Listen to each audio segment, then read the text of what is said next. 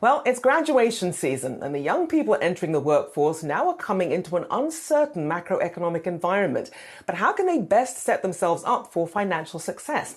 Our next guest has some tips for you. We have Teresa Arrigo, GenWealth Financial Advisor. Thank you for joining us this morning, Teresa. So, as we're seeing a lot of these new grads perhaps getting ready to get their first paycheck, when you think of budgeting and saving, you immediately think restrictive, your eyes glaze over, you're like, no, I just want to spend my money and have fun. What are the biggest selling points in really getting your budget and your savings plan sort of fortified right out of the gate? Yes, thank you so much, Rachelle, for having me. I love that you guys are taking some time to focus on this because there's such a great opportunity when you've completed your degree or your training program to set some good boundaries in place. So I think of a budget as kind of like a fence. If you are building your house, you're likely to put up a fence to create some boundaries. That's the beauty of a budget, is it creates some boundaries to align your spending habits with your values. And if you do that properly, then that opens up a lot of other opportunities for you through savings, whether that's having emergency savings to avoid debt and build really healthy habits, or if that's getting started on investing. And what I love to kind of think of when we talk about investing is small steps really do add up. So those day-to-day decisions in your budgeting help you create margin for saving. And imagine this, if you started at age 22 saving for retirement in a Roth IRA and you put $100 a month, so we're not going crazy with numbers here, but if you were able to do that until age 65 and earn 7% average return, which is not anything fancy, you would have over $350,000 saved up already just through that one small move. And if you got 8% return instead, then you're up to $489,000. So even just a small step like that over the long haul can really add up over the long term.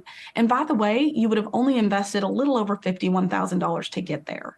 So that's a huge benefit of that. And then the next thing that I would encourage you to consider, go ahead. Well, I was going to ask, since you brought up Roth IRAs, so you have like traditional IRAs, Roth IRAs, your potential employer offering you a 401k. How do you weigh out the best option for you? So that's a great question. When we're talking to our clients about kind of the priorities of investing, first, you've got to have savings because you don't want to have to dip back into your investments. Second thing you want to do is really maximize your employer plan. Some employer plans do have a Roth option in them. Some just have pre-tax, which is okay too. But you want to make sure you're getting the full match before you do anything else. And then if you have the option of doing a Roth, because there are some income requirements to that. So if you have the option of doing a Roth versus a traditional, the biggest difference is that at retirement, all that money is tax-free. Of course, you're giving up the tax benefits on the front end when you do the Roth, but usually when you're first starting out in your career, you're getting a refund anyway. So there's not a huge benefit of using the pre-tax if you don't have to.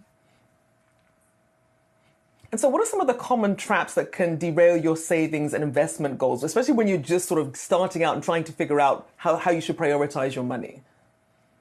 So one of the biggest ones that we see is overspending. I think in general, Americans have this habit of living right up to their means or just past it, which is why we have so much debt here in the United States. So the first thing is not having emergency savings or not having good spending habits in general.